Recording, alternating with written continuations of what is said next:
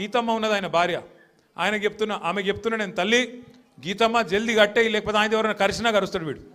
ఎందుకంటే ఇప్పుడు రోజు అరిసి అరిసి అరిసి పిచ్చిలేసిపోయేటట్టున్నది, కరిసేటట్టు తయారైంది రోజు రోజుకు. నేనేమంటున్నా అంటే ఏనుగు పోతుంటే మస్తు జంతువులు మొరుగుతుంటాయి, నక్కలు కుక్కలు. మనం పెద్ద పట్టించుకునే అవసరం లేదు.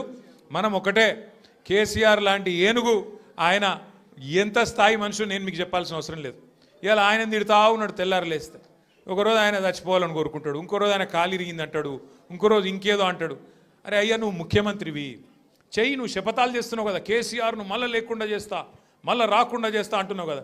నిజంగా నీకు నిజంగానే నీకు సత్తా ఉంటే, నిజంగా నీకు అంత టాలెంట్ ఉంటే చెయ్యి శపథం. 1 కోటి మంది ఆడపిల్లలకు రేపటి నుంచే నెలకు 2,500 రూపాయలు ఇస్తాను, జనవరి 1 నుంచి శపథం చేయి, నేను చూస్తా.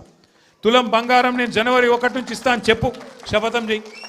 చెప్పు 4,000 పెన్షన్ సంక్రాంతికి వెళ్ళి ఇస్తా, 2 ఏళ్ళకి వెళ్ళి తప్పించుక తిరిగినా దొంగను నేను, కానీ ఇప్పుడు ఇస్తా సంక్రాంతికి వెళ్ళని చెప్పు దమ్ముంటే. గా శపథాలు చెయ్యి.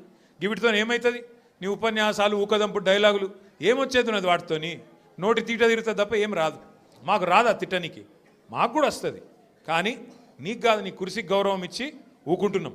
కానీ ఒకటి మాత్రం నేను పక్కా చెప్తున్నా, దయచేసి మిమ్మల్ని అందరినీ కూడా కోరుతున్నా, మీరు మాత్రం హైదరాబాద్ జనాలకు మీకు పాదాభివందనం చేసినా నేను ఏం చేసినా కూడా తక్కువనే నేను. ఎందుకంటే మామూలు విషయం కాదు.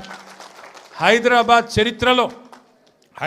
చరిత్రలో ఎన్నడూ వరుసగా 2 సార్లు, ఒకసారి కాదు, కార్పొరేషన్ ఎన్నికల్లో ఎవ్వలతో సంబంధం లేకుండా డైరెక్ట్గా టీఆర్ఎస్ పార్టీని బీఆర్ఎస్ పార్టీని మీరు గుండెల్లో పెట్టుకొని గెలిపించి మమ్మల్ని మళ్ళీ కార్పొరేషన్ 2వ సారి కూడా మా చేతిలో పెట్టింది. అట్లాగే మొన్న